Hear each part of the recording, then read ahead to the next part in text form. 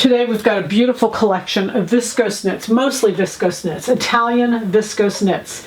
Now, the reason I'm putting these up is our pattern of the month is 4218, and I really want you to take advantage of this pattern. It's a sheath dress. It's a knit sheath dress.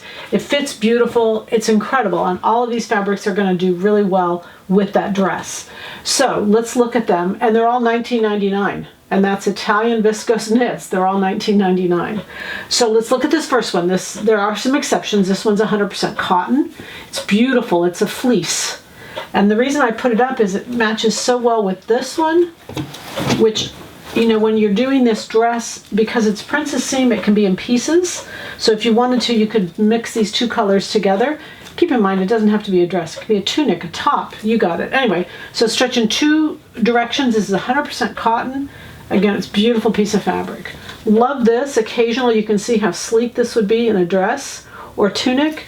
Stretch in both directions is 100% viscose. Great drape, beautiful fabric, beautiful print. Just love that. Absolute floral. This is a border print. I put this up because it would be beautiful. You can run the border across the bottom or run the border down a panel. Either way, this is stretch in both directions and 100% viscose.